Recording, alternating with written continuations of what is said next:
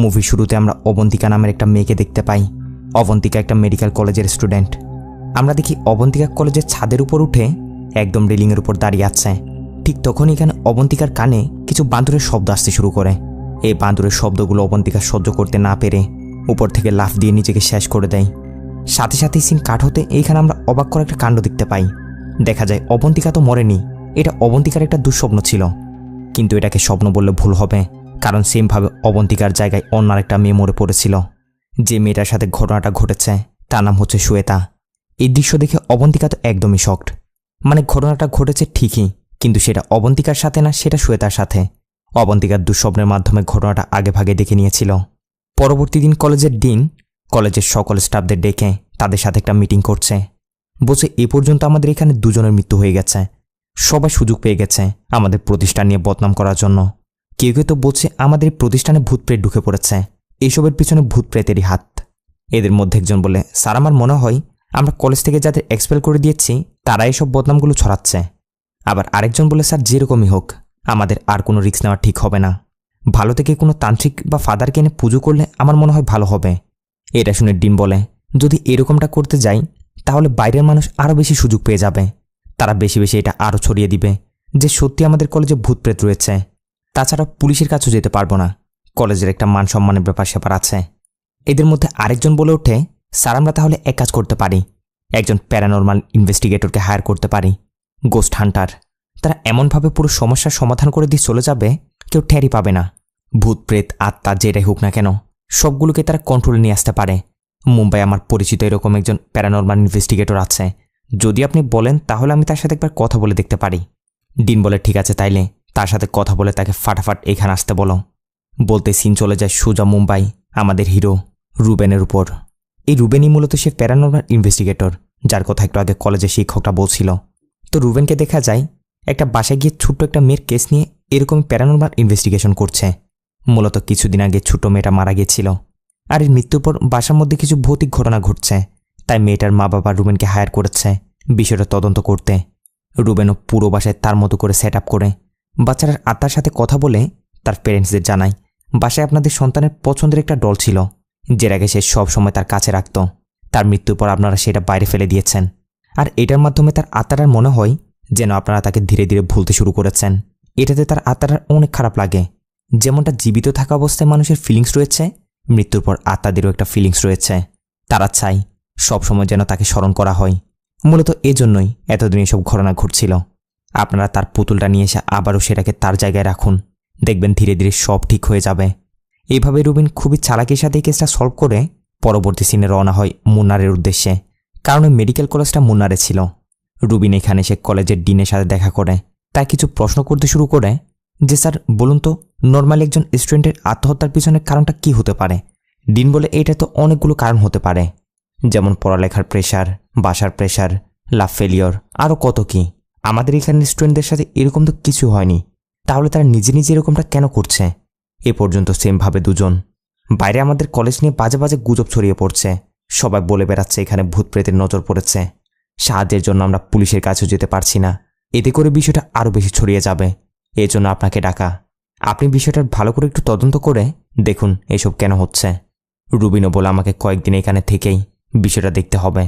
তো ডিন তার সুপিরিয়রকে কল করে রুবিনের ব্যাপারে সব কিছু জানায় যে এরকম এটা করা ছাড়া তাদের আর কোনো উপায় নেই। তো যতদিন না কেসটা সলভ হচ্ছে রুবিনের এখানে থাকা খাওয়ার ব্যবস্থা করে দেওয়া হয়। সাথে এখানে অ্যান্থনি নামের এই লোকটার সাথে আমাদের পরিচয় হয়। অ্যান্থনি মূলত এখানে ছোটোখাটো কাজকাম করে। রুবিন অ্যান্থনিকে বলে, আজ থেকে তোমাকে আমার সাথে থাকতে হবে, কাজে আসতে পারো। যাই হোক, পরবর্তী সিন থেকে রুবিন তার কাজ শুরু করে দেয়। প্রথমে শ্বেতার ক্লাসে গিয়ে তার ক্লাসমেট সবার কাছ থেকে শ্বেতার ব্যাপারে জিজ্ঞাসাবাদ করতে শুরু করে যে শ্বেতার বিহেভিয়ার কেমন ছিল, তার কোনো কি সমস্যা ছিল নাকি। তো এক এক করে এখানে সবাই রুবিনকে বলতে শুরু করে যে, স্যার শ্বেতা আমাদের সবার অনেক ক্লোজ একজন ছিল, সবসময় হাসি খুশি মানুষের সাথে মিলেমিশে থাকার পছন্দ করত। কিন্তু কেন জানা ঘটনাটা ঘটার 10 দিন আগে তার বিহেভিয়ার একদমই চেঞ্জ। সে যেন অন্যরকমের হয়ে গেছিল। ছোট থেকে ছোট বিষয় নিয়ে সবার সাথে ঝামেলা করতে শুরু করে, এমনকি ক্যান্টিনে আসা পর্যন্ত বন্ধ করে দেয়। এখন আমাদের কারো কোনো আইডিয়া নেই যে সে এরকমটা কেন করেছিল। এদের কাছ থেকে এসব শুনে রবিন শ্বেতার যেখানে বসত তার ডেস্কের সেখানে গিয়ে দেখতে শুরু করে। আর এখানে দেখা যায় শ্বেতার ডেস্কের উপর আজব রকমের একটা সিম্বল বানানো, যেটা হয়তো শ্বেতা বানিয়েছে। এরপর পরের সিনে রুবিন ক্যান্টিনে এসে অবন্তিকা নামের ওই মেয়েটার সাথে এসে দেখা করেছে, অর্থাৎ যে অবন্তিকাকে আমরা মুভির শুরুতে দেখেছিলাম। ঘটনা হচ্ছে অবন্তিকা মূলত এই মেডিকেল কলেজের স্টুডেন্টের পাশাপাশি একজন লেকচারার, আবার একজন ছোটোখাটো ডক্টরও।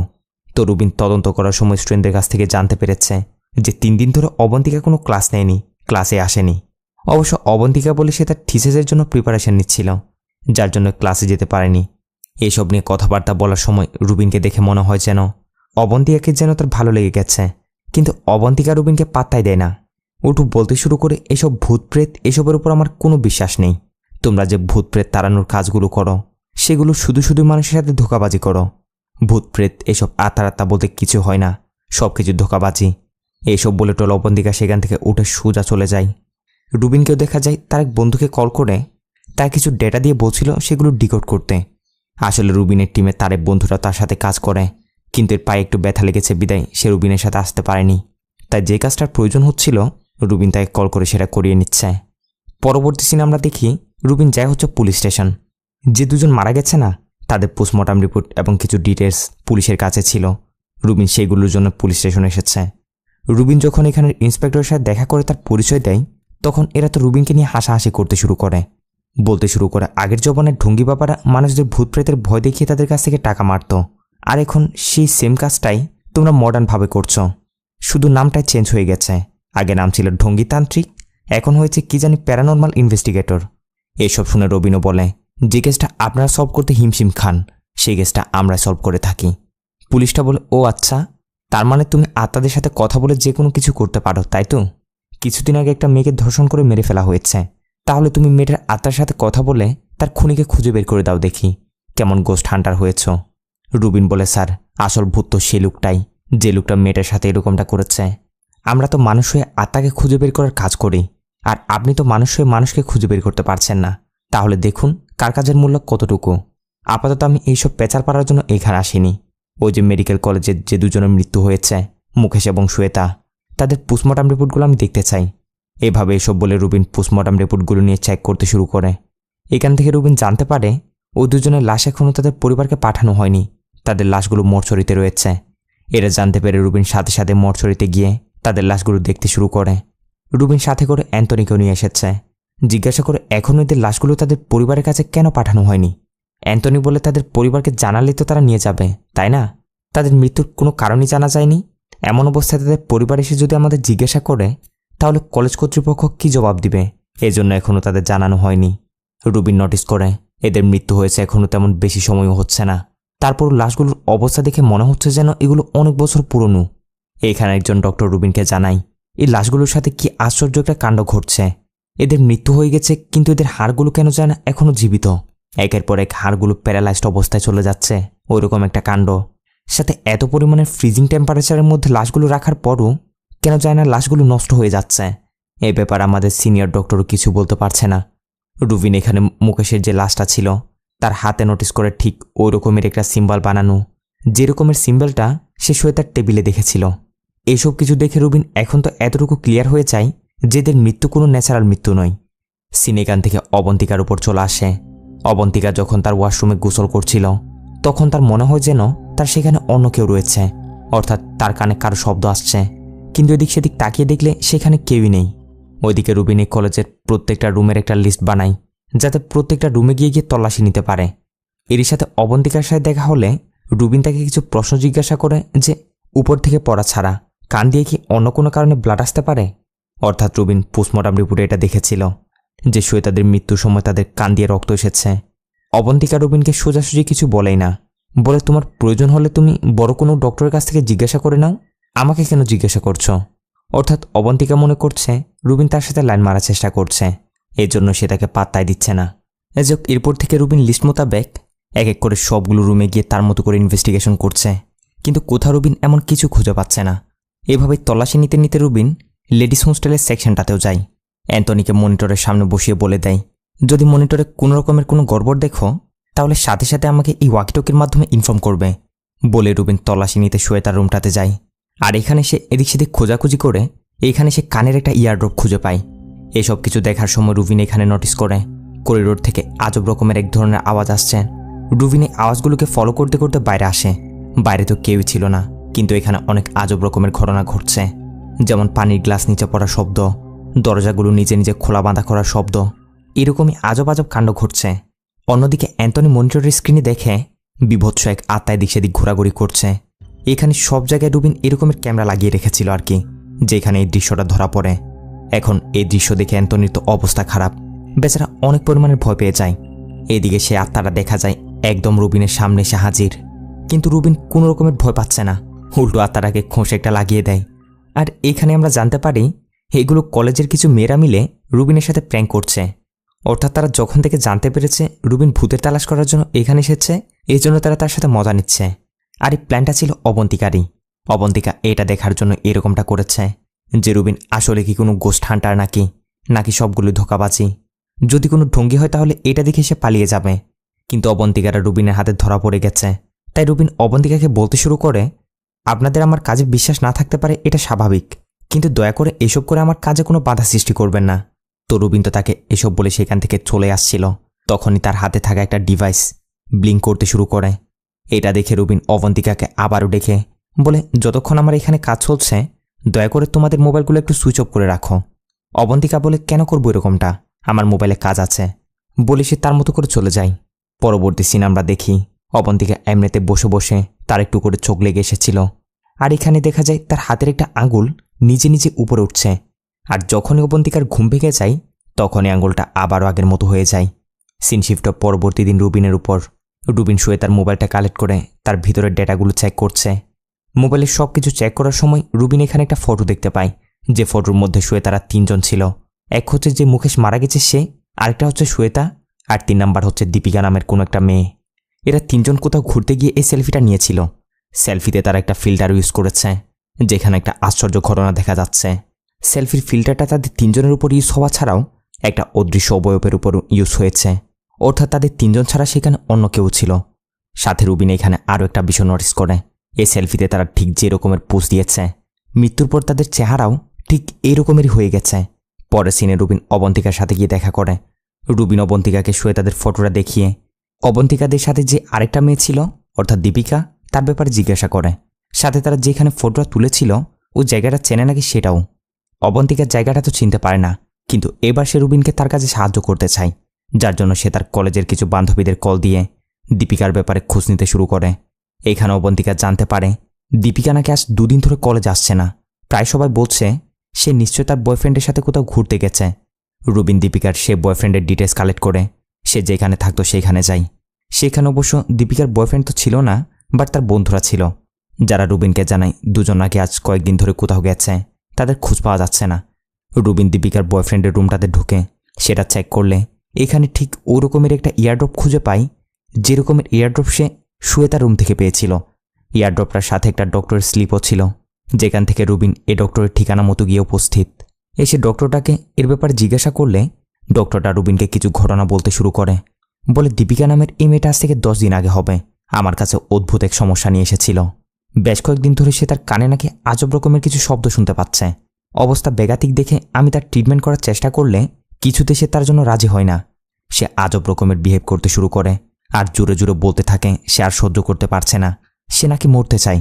তাই শেষমেশ আমি বাধ্য হয়ে তাকে এই ড্রপটা সাজেস্ট করি। তার বয়ফ্রেন্ডও তাকে শান্ত করে তার সাথে নিয়ে যায়। এইসব কিছু জানতে পেরে রুবিন কলেজের ডিনের সাথে দেখা করে তাকে দীপিকার ব্যাপার বলতে শুরু করে। বলছে নিশ্চয় দীপিকার সাথে কিছু না কিছু একটা হয়েছে, সে মিসিং। আমার মনে হয় এই ব্যাপারে পুলিশকে ইনফর্ম করলে ভালো হয়, তাদের সাহায্যের প্রয়োজন।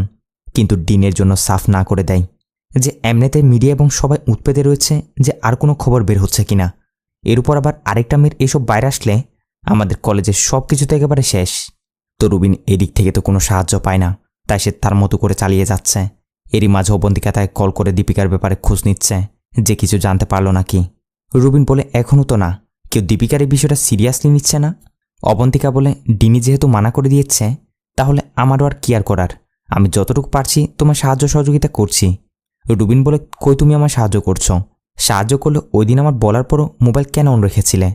অবন্তিকা বলে, একদমই না, তুমি মানা করার পরেই আমি রুমে ঢুকে মোবাইল অফ করে দিয়েছিলাম। এটা শুনতে রুবিনের মাথায় ধাক্কা লাগে। তার মানে তখন তার ডিভাইসে যে ফ্রিকোয়েন্সিটা ধরা পড়েছিল সেটা অবন্তিকার মোবাইলের না, সেটা ঠিকই কোনো নেগেটিভ এনার্জির ফ্রিকোয়েন্সি ছিল। সিন শিফট হয়ে যায় রাতে গার্লস হোস্টেলের সামনে। এইখানে আমরা ওই দীপিকাকে এবং তার বয়ফ্রেন্ডকে দেখতে পাই। দীপিকার কন্ডিশন খারাপ ছিল বিদায় তার বয়ফ্রেন্ড তাকে নিয়ে কয়েকদিনের জন্য বাইরে ঘুরতে চলে গেছিল, আর এখন তাকে হোস্টেলে নামিয়ে দিয়ে গেছে। এইখানে সিকিউরিটি গার্ড দীপিকাকে দেখা মাত্রই সেটা রুবিনকে কল করে জানায়, মানে রুবিন আগে থেকে তাকে বলে রেখেছে। শুনে সাথে সাথে রুবিনও বেরিয়ে পড়ে এখানে সে দীপিকার সাথে দেখা করার জন্য। এদিকে দীপিকাকে দেখা যায় যখন সে তার রুমের দিকে যাচ্ছিল, তখনই তার কানের মধ্যে আবারও আজব রকমের শব্দ আসতে শুরু করেছে। এই শব্দগুলো ছিল মূলত বান্দরের চেঁচামেচির শব্দ, যেটা ছিল একদমই অসহ্য। দীপিকা কোনোভাবে এটা সহ্য করতে পারছে না, কান চেপে ধরে ওইখানে বসে পড়ে। আর এই শব্দে তার কান ফেটে রক্ত বেরিয়ে আসছিল। মাটিতে পড়ে তার হাত পা প্যারালাইজড হয়ে আসছে। পাশাপাশি তার হাতের মধ্যে নিজে নিজে ঠিক ওই রকমেরই সিম্বল ভেসে উঠছে, যে রকমের সিম্বল আমরা শ্বেতার টেবিলে দেখেছিলাম। এদিকে অবন্তিকার ঘুম ভাঙে একটা দুঃস্বপ্নে। স্বপ্নে সে দেখেছে সে গলায় দড়ি পেঁচিয়ে নিজেকে নিজে শেষ করে দিচ্ছে। এখন অবন্তিকা এটা ভালো করে জানত, সে এরকম স্বপ্ন দেখেছে মানে কারো না কারোর সাথে এরকমটা হবেই। তাই এটা জানানোর জন্য সে রুবিনকে কল করার চেষ্টা করে, কিন্তু রুবিন তখন গাড়ি ড্রাইভ করে দীপিকার কাছে যাচ্ছিল বিদায় অবন্তিকার কলটা রিসিভ করতে পারে না। একটু পরে রুবিন গার্লস হোস্টেলে সেখানে এসে হাজির। আর এখানে আসতে রুবিন দেখে একটা গাছের সাথে দীপিকার লাশ ঝুলে আছে। পরবর্তী দিন এই খবর পেয়ে পুলিশ, মিডিয়া সবাই সেখানে এসে হাজির। দীপিকার লাশ নামানো হলে রুবিন তার হাতে নোটিস করে তার হাতেও ঠিক ওই রকমেরই সিম্বল আঁকা, যেন কেউ ধারালো কিছু দিয়ে কেটে কেটে এটা এঁকে দিয়েছে। ঠিক ওই সময় রুবিন সেখানে একটা লাইব্রেরি থেকে একটা চার্চের ঘণ্টার আওয়াজ শুনতে পায়। আসলে সে যখন থেকে এখানে এসেছিল তখন থেকে এই চার্চের ঘণ্টার আওয়াজটা শুনছে। যদিও রুবিন মনে করেছিল আশেপাশে কোনো চার্চ হবে হয়তো, কিন্তু না, ঘণ্টার আওয়াজটা তার কানে আসছিল আসলে এই পুরনো লাইব্রেরির ভেতর থেকেই। অ্যান্টনিও রুবিনকে জানায় এখানে আশেপাশে তো কোনো চার্চ নেই, আমাদের কলেজের দুইটা লাইব্রেরি, একটা নতুন আর একটা পুরাতন, এটা পুরাতন লাইব্রেরি। রুবিন লাইব্রেরিটা দেখার জন্য এর ভিতরে ঢুকতেই নোটিস করে সেখানে সূর্যের আলো পড়ছে, আর সেই সূর্যের আলোতে গুলো একটা জানালার ছায়া ভেসে উঠছে, যে জানালার ছায়াটা ঠিক ওই রকমেরই যে রকমের সিম্বলটা মৃত্যুর পর সবার হাতে ভেসে উঠছিল। এরপরে রুবিন লাইব্রেরির ওয়াচম্যানকে ডেকে তার সাথে কথা বলে। ওয়াচম্যানটা রুবিনকে জানায় এই লাইব্রেরিতে মধ্যরাতে কিছু সিনিয়র স্টুডেন্ট আসে আড্ডা সাড্ডা দেওয়ার জন্য। তারা এখানে এসে আড্ডার সাথে সাথে নেশাও করে। আমি কাউকে কিছু জানাই না, কারণ তারা আমাকে টাকা দেয়। আর তুমি যাদের কথা বলছো 4 বা 5 সপ্তাহ আগে সেই দীপিকা, শ্বেতা, মুকেশ, তার 3 জন এখানে এসেছিল। তারা এসে এখানে অনেকক্ষণ লাল পানি টাল পানি টানে, কিছুক্ষণ আড্ডা সাড্ডা মেরে এখান থেকে চলেও যায়। রুবিন বুঝতে পারে তাদের 3 জনের সেলফিটা আসলে এখানে তোলা হয়েছিল, আর এইখানেই এই লাইব্রেরিতে কোনো একটা গড়বড় চলছে। রুবিন এমনিতেই অবন্তিকার ফটো বের করে ওয়াচম্যানকে জিজ্ঞাসা করে যে এই মেয়েটা কি এখানে আসতো। ওয়াচম্যান বলে হ্যাঁ, অবন্তিকা ম্যাডাম তো প্রায় সময় এখানে আসতো। শুনে পরবর্তী সিনে রুবিন অবন্তিকার সাথে দেখা করে তাকে বলে এবার আমি আমার ইনভেস্টিগেশন ওই পুরাতন লাইব্রেরিতেই করব, আজকে থেকে শুরু করব, আর তোমাকে আমার সাথে যেতে হবে। অবন্তিকা সোজা না করে দেয়। রুবিন বলে গতকাল রাতে তুমি আমাকে কল করেছিলে, আমি গাড়ি ড্রাইভ করছিলাম বিদায় ধরতে পারিনি। অবন্তিকা এখন আর রুবিনকে সত্যটা বলে না, এটা বলে দেয় ঘুমের মধ্যে চাপ পড়ে কল চলে গেছে হবে। রুবিন বলে আমার মনে হয় তুমি ওই 3 জনের মৃত্যু নিয়ে কিছু না কিছু একটা লুকাতে চাইছ। অবন্তিকা বলে আমি কিছু লুকাচ্ছি না, আমাকে আমার মতো একা ছেড়ে দাও। রুবিন বলে তুমি একা নও, তোমার সাথে ওই 3 জনের মৃত্যুর কল্পনাটা সবসময় রয়েছে, আমি দেখতে পাচ্ছি। এইসব শুনে অবন্তিকা রুবিনের সাথে রেগে মেগে সেখান থেকে চলে যায়। পরবর্তী সিনে রাতে কথা মতো রুবিনরা ওই পুরনো লাইব্রেরিতে এসে তার সব যন্ত্রপাতিগুলো সেট আপ করছে এখানে ইনভেস্টিগেশন করার জন্য। রুবিন সাথে করে অ্যান্টনি এবং কলেজের কিছু মেয়েদেরকেও নিয়ে এসেছিল তাকে হেল্প করার জন্য। রুবিন একে একে এখানে তার সব যন্ত্রপাতিগুলো লাগিয়ে দেয়, এমন এমন ক্যামেরা, এমন এমন মাইক্রোফোন যেগুলো দিয়ে প্যারানর্মাল অ্যাক্টিভিটিস ক্যাপচার করা যাবে। সব কিছু সেট আপ করার পর সেখানে দেখা যায় অবন্তিকাও এসেছে। অবন্তিকা আসলে মনে মনে রুবিনকে পছন্দ করে, কিন্তু সেটা সে বুঝতে দিচ্ছে না। রুবিন অবন্তিকাকে বলে এসেছো যেহেতু ভালো হয়েছে, যাও ওই সামনের চেয়ারটাতে গিয়ে বসে পড়ো। অবন্তিকা অবশ্য আশ্চর্য হয়। রুবিন তারপর জোরজবস্তি করে অবন্তিকাকে চেয়ারটাতে বসায়, বসিয়ে তার মাথার দুপাশে 2টা কিসের জানি তার লাগিয়ে দিয়ে তাকে চেয়ারটার সাথে হাত করা পরিয়ে দেয়। অবন্তিকা বারবার জিজ্ঞাসা করছে কি করছো এসব। রুবিন বলে কিছুক্ষণের জন্য চুপচাপ বসে থাকো, আমার কাজে আমাকে সাহায্য করো। বলি রুবিন একটা মেশিন অন করে অবন্তিকাকে হিপনোটাইজ করার চেষ্টা করে, কিন্তু এভাবে অনেকক্ষণ চলার পরও কিছু হচ্ছে না। যার এক পর্যায়ে এভাবে বসে থাকতে থাকতে অবন্তিকা বিরক্ত হয়ে যায়। বিরক্ত হয়ে সে উঠে যাচ্ছিল কি তখনই রুবিনের লাগানো সেখানে একটা মেশিন ব্লিঙ্ক করতে শুরু করে, যে সিগন্যালের মাধ্যমে রুবিন বুঝতে পারে যে এখানে কোনো নেগেটিভ এনার্জি ঢুকেছে। রুবিন তার যন্ত্রপাতির সাহায্যে সেই অদৃশ্য এনার্জিটার সাথে কথা বলার চেষ্টা করছে। তার ডিভাইসে আত্মারার বলা কিছু একটা তো রেকর্ড হচ্ছে, কিন্তু আত্মারা তাকে কি বলতে চাইছে রুবিন সেটা বুঝতে পারছে না। রুবিন এই নেগেটিভ এনার্জির সাথে কথা বলার অনেক চেষ্টা করছে, কিন্তু ধীরে ধীরে এখানে অদ্ভুত অদ্ভুত কাণ্ড ঘটতে শুরু করে। তার লাগানো সব ডিভাইসগুলো ব্লিঙ্ক করতে শুরু করে। মুহূর্তের মধ্যে এখানে পরিস্থিতি একদমই পাল্টে যায়। আর এর থেকে রুবিন বুঝতে পারে এখানে শুধুমাত্র একটা আত্মা নয়, বরঞ্চ এখানে একসাথে অনেকগুলো আত্মা রয়েছে।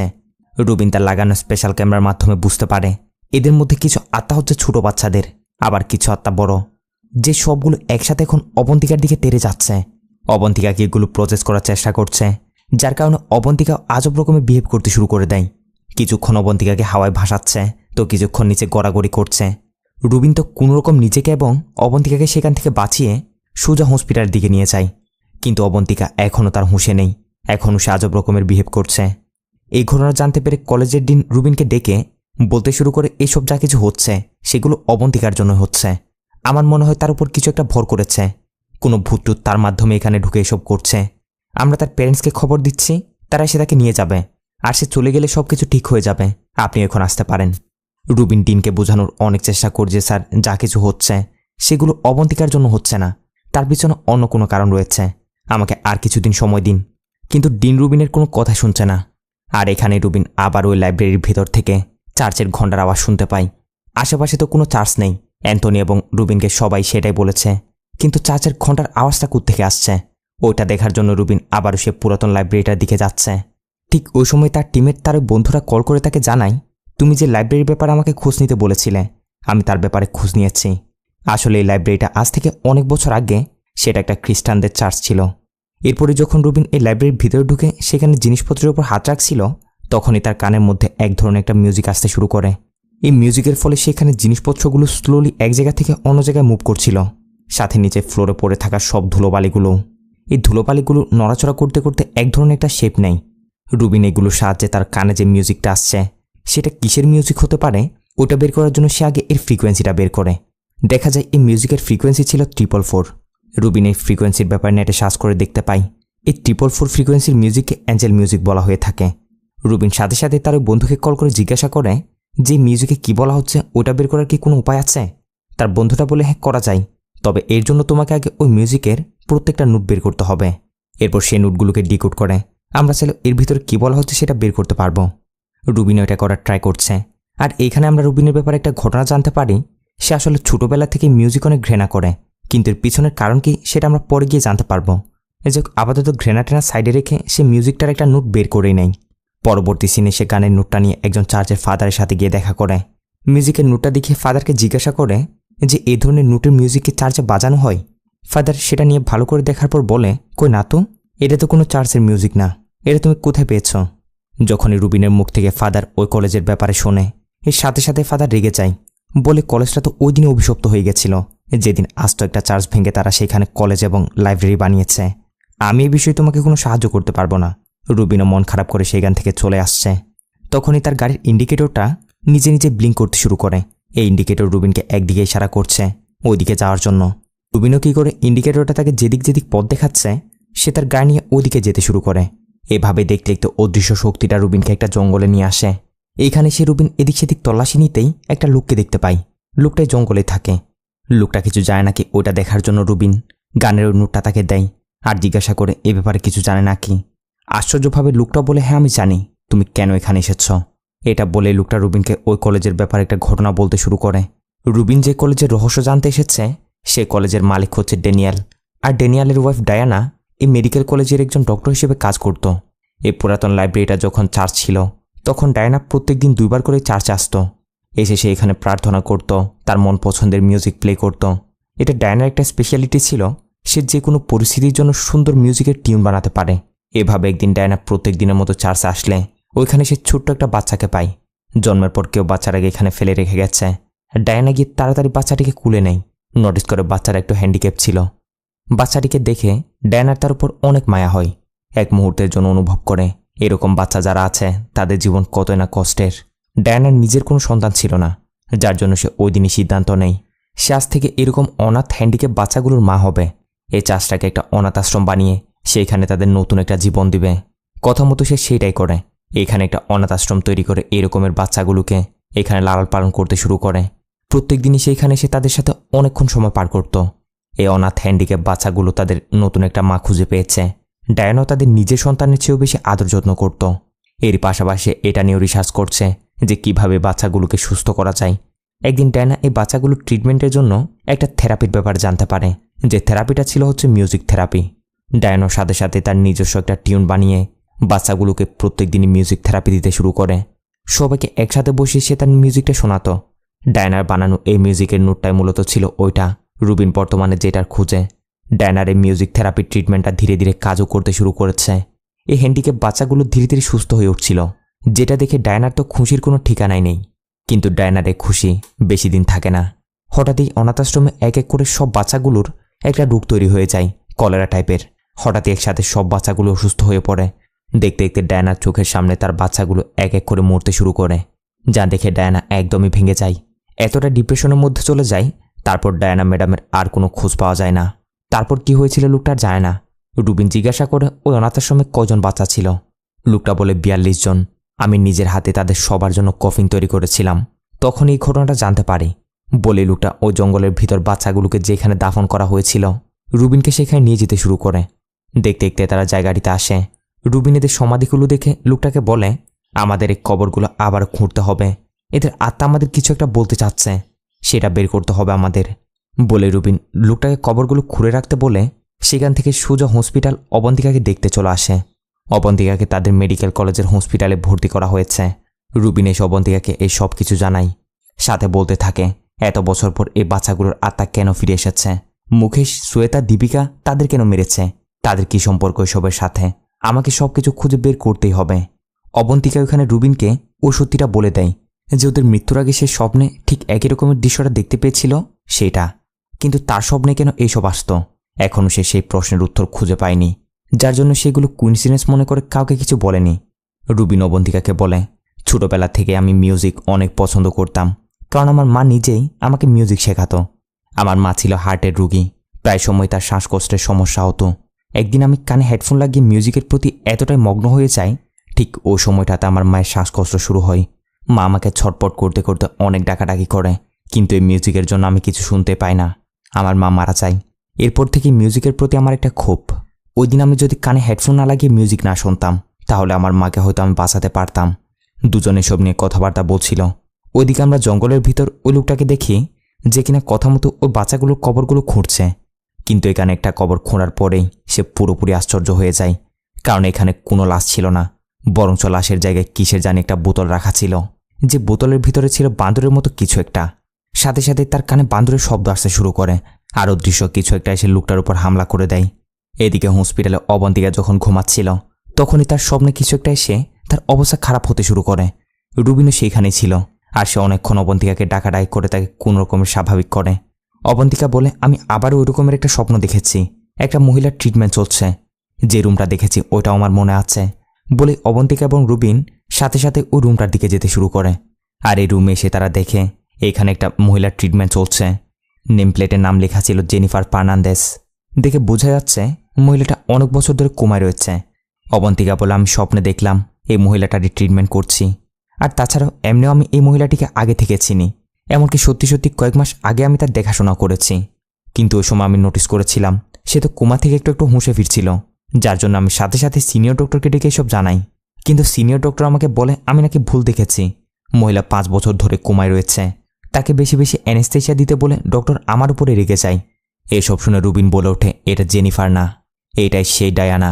আর 5 বছর ধরে না, 30 বছর ধরে কোমায় রয়েছে, তাও আবার কেউ জেনে বুঝে তার এই অবস্থা করেছে। অবন্তিকা বলে, কিন্তু নেম প্লেটে তো জেনিফার লেখা আছে। রুবিন বলে, সব মিথ্যে, উপরওয়ালা আমার মধ্যে এতটুকু শক্তি দিয়েছে, কোনটা সত্য কোনটা মিথ্যে দেখা মাত্র বুঝতে পারি। কেউ জেনে বুঝে তার নাম পরিবর্তন করে তার এই অবস্থা করে রেখেছে। তুমি সেই ডেটটাকে আমাকে বলতে পারবে যেদিন তুমি নোটিস করেছিলে ইনি কোমা থেকে হুঁশে আসছিলেন? অবন্তিকা অনেক মনে করার পর ডেটটা রুবিনকে বললে। এটা শুনে রুবিন চমকে যায়, কারণ ওই দিনটাতে প্রথমজন অর্থাৎ মুকেশ মারা গেছিল। সাথে সাথে রুবিন এবং অবন্তিকা গিয়ে হসপিটালের রেজিস্টার খাতাটা চেক করতে শুরু করে যে ওই ডেটে কে কে রুমটাতে ঢুকেছিল। এটা চেক করে তারা দেখে ডায়ানার রুমে তখন মুকেশ, শ্বেতা এবং দীপিকা তারা 3 জন ঢুকেছিল। শুধু তাই নয়, রেজিস্টার খাতায় দেখা যাচ্ছে এরা 3 জনে রেগুলারলি তাকে চেক আপ করার জন্য এখানে ঢুকত। রুবিন বুঝে যায় এরা 3 জনে কারো কথা মতো ডায়ানার সাথে কিছু না কিছু একটা তো করেছে। এরপর রুবিন গিয়ে ডায়ানার পাশে বসে তার হাতটা ধরে তাকে অনুভব করার চেষ্টা করে, তার আত্মাকে ডাকার চেষ্টা করে। কিন্তু এটা করতে গিয়ে রুবিন নোটিস করে এর ভিতরে তো কোনো তার আত্মাই নেই, অর্থাৎ ডায়না তো অনেক আগে মারা গেছে। এইখানে এটা শুধু তার লাশ পড়ে আছে। এটা শুনে অবন্তিকা বলে, কি পাগলের মতো যাতা বলছো? তাহলে মেশিনগুলোকে ভুল বলছে? রুবিন বলে যায় যে তার অনুমান এক্ষেত্রে কখনো ভুল হতে পারে না। ডায়নার শরীরে তার আত্মা নেই, এই সব যন্ত্রপাতিগুলো ভুল দেখাচ্ছে। এসব বলে রেগে গিয়ে রুবিন ডায়নার শরীরে লাগানো সব যন্ত্রপাতিগুলো খুলতে শুরু করে। ঠিক তখনই সেখানে সিকিউরিটি গার্ড এসে রুবিনকে ধরে নেয়, সোজা ধরিয়ে দেয় পুলিশের হাতে। কারণ ভেন্টিলেটরে থাকা একটা পেশেন্টের এসব জিনিসগুলো খুলে সে তাকে মরার পথে ঠেলে দিচ্ছিল। রুবিন পুলিশটাকে বোঝানোর অনেক চেষ্টা করে যে স্যার, এই রুগী অনেক আগে মারা গেছে, এটা জাস্ট বিছানায় তার শরীর পড়ে আছে, কেউ প্ল্যানিং করে এসব সেট আপ করে রেখেছে, আপনি ভালো করে কেসটা ইনভেস্টিগেশন করুন। পুলিশটা রুবিনের কথায় কোনো বিশ্বাসই করছে না, রুবিনকে পাগল বলে তার উপর রেগে যায়। এমনকি এক পর্যায়ে রুবিনকে তো খুঁজে একটা থাপ্পড় লাগিয়ে দেয়। কিন্তু রুবিনকে থাপ্পড় মারার সাথে সাথেই উল্টো পুলিশটা তার কানে আঘাত পেয়ে বসে। তার কানে এত পরিমাণে খারাপ লাগতে শুরু করে এক পর্যায়ে তার কান দিয়ে রক্ত বেরিয়ে যায়। আর সহ্য করতে না পেরে পুলিশটাকে হসপিটালে অ্যাডমিট হতে হয়। পরবর্তী সিনে দেখা যায় পুলিশের একটা লোক গিয়ে কলেজের ডিনের সাথে কথা বলছে অবস্থা খারাপ হয়ে যাচ্ছে। আমার মনে হয় এবার ড্যানিয়েল স্যারকে খবর দেওয়া উচিত, তাকে এখানে ডাকা উচিত। কিন্তু ডিনের জন্য কিছুতেই রাজি হয় না, বলে ভুলও ড্যানিয়েল স্যারের কানে এগুলো যেন না পৌঁছে, যেভাবে চলছে ওইভাবে চলতে দাও। এসব বলে ডিন পুলিশটাকে সেখান থেকে পাঠিয়ে দিলে কিছুক্ষণ পর ডিন রুমে যখন একা বসেছিল তখনই সে নোটিস করে তার সাথে কিছু আজব রকমের ঘটনা ঘটছে। একদম ছোট ছোট শব্দগুলো তার কানে এমনভাবে বাড়ি খাচ্ছিল যেন সেগুলো অনেক বড় বড় শব্দ। ধীরে ধীরে গিয়ের মাত্রা এত পরিমাণের বেড়ে যায়, ডিন কিছুতে আর সহ্য করতে পারছে না। তার কান বেয়ে রক্ত বের হতে শুরু করে, আর দেখতে দেখতে ওইখানের জায়গায় তার মৃত্যু হয়। ওইদিকে রুবিনকে দেখা যায় যে কিনা অ্যান্টনিকে সাথে নিয়ে ওই জঙ্গলে গেছে যেখানে বাচ্চাগুলোর লাশ দাফন করা হয়েছিল। আর এখানে এসে রুবিনরা দেখে ওই লোকটা সেইখানে মরা পড়েছিল, তার হাতে ছিল ওই বোতলটা যেটা লাশের বদলে কবরের ভেতরে রাখা ছিল। রুবিন বোতলটা হাতে নিয়ে দেখতেই বুঝে যায় এটা তো কোনো সাধারণ বোতল নয়, এটা একটা ব্ল্যাক ম্যাজিক। কেউ ব্ল্যাক ম্যাজিক করে এটা এখানে রেখেছে। অন্যদিকে আমরা দেখি কলেজের ডিন মারা যাওয়ার খবর পেয়ে এত বছর পর কলেজের মালিক ড্যানিয়েল অর্থাৎ ডায়নার স্বামী এখানে ফিরে এসেছে। ওইদিকে কয়েকজন ডক্টর মিলে ডায়নাকে আবার পরীক্ষা করছে যে রুবিনের কথা মতো সত্যি কি সে মারা গেছে। অনেকক্ষণ পরীক্ষা নিরীক্ষা করে তারা দেখে ডায়নার শরীর বেঁচে তো আছে, কিন্তু ভিতরে তার বডি পার্টসগুলো ধীরে ধীরে নষ্ট হয়ে যাচ্ছে। মানে তার বেঁচে ওঠার আর কোনো চান্স নেই, ভেন্টিলেটর থেকে তাকে সরিয়ে ফেলতে হবে। এটার জন্য ডক্টররা ড্যানিয়েলকে এখানে ডেকে তার কাছ থেকে একটা ফর্মে সিগনেচার নেই, যাতে তারা খুব দ্রুতই ডায়নার বডি ভেন্টিলেটর থেকে সরিয়ে ফেলতে পারে। এই সব কিছু অ্যান্টনি কল করে রুবিনকে জানায়। এগুলো শুনে রুবিন চিন্তার মধ্যে পড়ে যায় যে তার ধারণা কিভাবে ভুল হতে পারে। এইসবের মাঝে আমরা আজব রকমের তান্ত্রিক এক মহিলাকে দেখতে পাই যে কিনা তন্ত্রমন্ত্রের মাধ্যমে কোনো একটা কালো জাদু করছে। এটা করার সাথে সাথেই অনেকগুলো বান্দর এসে রুবিনের উপর হামলা করে দেয়। বান্দরগুলো বারবার রুবিনের উপর অ্যাটাক করছে, যার ফলে এক পর্যায়ে রুবিনও গাড়ির ব্যালেন্স হারিয়ে তার ছোটোখাটো একটা অ্যাক্সিডেন্ট হয়ে যায়। এই অ্যাক্সিডেন্টে ব্ল্যাক ম্যাজিকের ওই বোতলটাও নষ্ট হয়ে গেছে। এদিকে আমরা ড্যানিয়েলকে দেখি যে কিনা ডায়নার পাশে গিয়ে তার সাথে একা কিছু টাইম স্পেন্ড করছে। ড্যানিয়েল ডায়নাকে তার পছন্দের একটা রিং পরিয়ে দেয়, যেটা থেকে আমরা বুঝতে পারি ড্যানিয়েল আসলে ডায়নাকে অনেক বেশি ভালোবাসত। কিন্তু ডায়না যে এত বছর ধরে ঘুমায় পড়ে আছে ওটা সহ্য করতে না পেরে সে বাইরে চলে গেছিল। এইসবের মাঝেই ওষুধের একটা শিশি সেখান থেকে নিচে পড়ে, সেটা গড়াতে গড়াতে ড্যানিয়েলের সামনে এসে পড়ে। ড্যানিয়েল এটা হাতে নিয়ে দেখে এটা এমন একটা অ্যানেস্থেশিয়া ওষুধের শিশি ছিল যার মাধ্যমে রুগীকে কুমায় রাখা যায়। এটা দেখার পরে ড্যানিয়েলের কিছু একটা নিয়ে সন্দেহ হয়। অন্যদিকে রুবিন বাড়ি ফিরে আরও কিছুক্ষণ ইনভেস্টিগেশন করার পর সে বুঝতে পারে এইসবের রহস্যটা কি। সাথে সাথে অবন্তিকাকে কল করে জানায়, আমি যেটা ধরেছিলাম সেটাই সঠিক। বিজ্ঞানের দৃষ্টিতে ডায়নার শরীর তো এখনও বেঁচে আছে, কিন্তু আমাদের দৃষ্টিতে তার মৃত্যু হয়ে গেছে, তার শরীর থেকে তার আত্মা বের হয়ে গেছে, যেটাকে আমাদের ভাষায় বলা হয় আউট অফ বডি এক্সপেরিয়েন্স। এরকমের ঘটনাটা সচরাচর যারা কোমায় থাকে তাদের সাথে বেশিরভাগ হয়ে থাকে। পাশাপাশি মাঝে মধ্যে হঠাৎই যারা অজ্ঞান হয়ে যায় তখন কিছুক্ষণের জন্য তাদের শরীর থেকে তাদের আত্মারাও বের হয়ে যায়। আর ডায়নার ক্ষেত্রে যেটা হয়েছে, ওই মুখে শ্বেতা দীপিকা ডায়নাকে কোমায় রাখার জন্য তাদের তিনজনকে দিয়ে কেউ বেশি বেশি তাকে অ্যানেস্থেশিয়া দিচ্ছিল। এর পরিমাণ বেশি হয়ে যাওয়ায় এক পর্যায়ে ডায়নার শরীর থেকে তার আত্মারা ছেড়ে দেয়, আর তার আত্মা বাইরে আসতেই প্রথমে তাদের তিনজনকে শেষ করে। এরপর কলেজে ওই লাইব্রেরিতে ছোট বাচ্চাগুলোর আত্মার সাথে নতুন একটা জগৎ সাজায়। এরপর থেকে তাদের সবার আত্মা পুরো কলেজে ঘোরাঘুরি করে। এসব এই জন্যই করে যাতে করে তারা আসল ভিলেনকে তাদের অবধি এইখানে নিয়ে আসতে পারে। কিন্তু কে সে আসল ভিলেন ওইটা বের করা এখনও বাকি। কিন্তু এর আগে আমাদের ডায়নার শরীরে তার আত্মাকে আবারও ফিরিয়ে নিয়ে আসতে হবে। আমাদের হাতে বেশি সময় নেই, ডায়নাকে ভেন্টিলেটর থেকে নামিয়ে দেওয়া হবে। এরকমটা হলে আমরা আর কিছু করতে পারবো না বলে রুবিন বেরিয়ে পড়ে। এইদিকে আমরা দেখি একজন ডক্টর ডায়নার ভেন্টিলেটর তার যন্ত্রপাতি সবকিছু খোলার জন্য এসেছিল। ডক্টরটাকে দিয়ে কেউ এইসব করাচ্ছে, অর্থাৎ যে আসল ভিলেন। কিন্তু এখানে ডায়নার আত্মা এই ডক্টরের কানেও এক ধরনের আওয়াজ ছেড়ে দিয়ে দেখতে দেখতে কান ফেটে এই ডক্টরকেও শেষ করে দেয়। এর একটু পরে সেখানে রুবিন এবং অবন্তিকা এসে হাজির। ঠিক ওই সময় রুবিনের ওই বন্ধুরা তাকে কল করে জানায়, তুমি যে মিউজিকের নোটগুলো আমাকে ডিকোড করতে দিয়েছিলে সেগুলো আমি ডিকোড করেছি, আর এগুলো থেকে আমি একটা নাম শুনতে পেয়েছি, যে নামটা হচ্ছে ন্যান্সি। রুবিনের মাথায় ঢুকছে না এই ন্যান্সিটাকে আবার। যাই হোক, তারা তাড়াতাড়ি ডায়নাকে বাঁচানোর জন্য তাকে ওখান থেকে নিয়ে যেতে শুরু করে। নিয়ে যাচ্ছে হচ্ছে ওই পুরনো লাইব্রেরিতে, যেহেতু সেইখানে ডায়নার অনেক স্মৃতি জড়িয়ে আছে, ওই বাচ্চাগুলোর আত্মাও সেইখানে আছে, তাই ডায়নাকে ওইখানে নিয়ে গেলে কিছু না কিছু একটা তো হবেই। রুবিন এখানে সব কিছু সেট আপ করে ডায়নার পাশে গিয়ে তাকে বলতে শুরু করে, আমি জানি আপনার বাচ্চাদের সাথে এবং আপনার সাথে কোনো না কোনো একটা অন্যায় হয়েছে। কি হয়েছে না হয়েছে ওই ব্যাপারে আমি এখনও কিছু জানি না, তবে এরকমটা করলে কোনো সমাধান হবে না। আপনি পুনরায় আপনার শরীরে ফিরে আসুন, আমার উপর বিশ্বাস রাখুন। আমি আপনাকে বাঁচানোর জন্য এবং আপনাদের সাহায্য করার জন্য এখানে নিয়ে এসেছি। এইখানে আমরা দেখি ডায়না এবং ওই বাচ্চাগুলোর আত্মা সেইখানে ছিল, আর রুবিনের কথাগুলো শুনে তার উপর তাদের ভরসা হয়। ততক্ষণ এদিকে অবন্তিকার লাইব্রেরিতে এদিক সেদিক খোঁজাখুঁজি করে ন্যান্সি নামের ওই মহিলাটার ব্যাপারে জেনে গেছে, যার নাম ওই মিউজিকে শোনা গিয়েছিল। আর এই ন্যান্সি অন্য কেউ নয়, এটা ছিল ড্যানিয়েলের দ্বিতীয় ওয়াইফ। ড্যানিয়েল ওর ন্যান্সির ব্যাপারে সত্যতা জেনে গেছে, যার জন্য সে ন্যান্সিকে এসে এইসবের ব্যাপারে জিজ্ঞাসা করছে যে সে ডায়নার সাথে এরকমটা কেন করেছে।